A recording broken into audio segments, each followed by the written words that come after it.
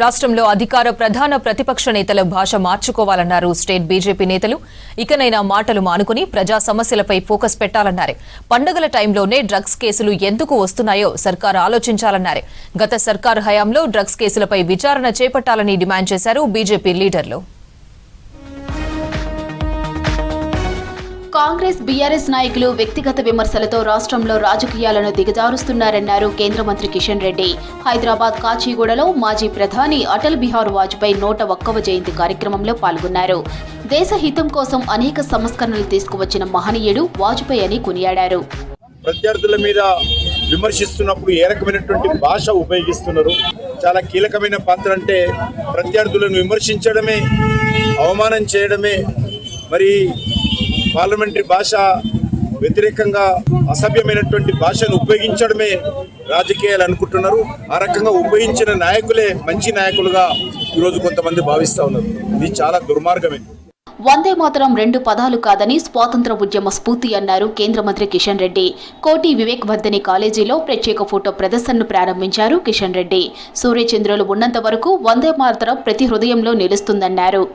వందే మాతరం అని నినాదం ఇస్తూ నా దేశం నుంచి విడిచి వెళ్ళండి అని చెప్పి బ్రిటిష్ వాళ్లకు ఈ యొక్క నినాదం ద్వారా, ఈ యొక్క గీతం ద్వారా మరి ఏ రకంగా ప్రజలను సంఘటితం చేసిందో మనకందరికీ తెలుసు.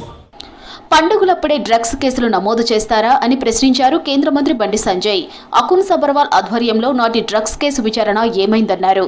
అనేక మంది సెలబ్రిటీల పేర్లు బయటకు వచ్చాయని, ఇచ్చిన ఆధారాలను నాటి సీఎస్ సోమేష్ కుమార్ స్వాధీనం చేసుకున్నారన్నారు.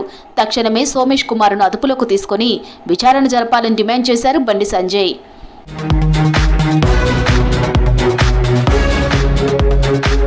జీరాంజీ స్కీమ్పై ఎలాంటి కుట్రలు లేవన్నారు బీజేపీ ఎంపీ రఘునందన్ రావు. ఖర్చు పెట్టే ప్రతి పైసా పేదలకు అందాలన్నదే మోదీ సర్కార్ లక్ష్యమన్నారు.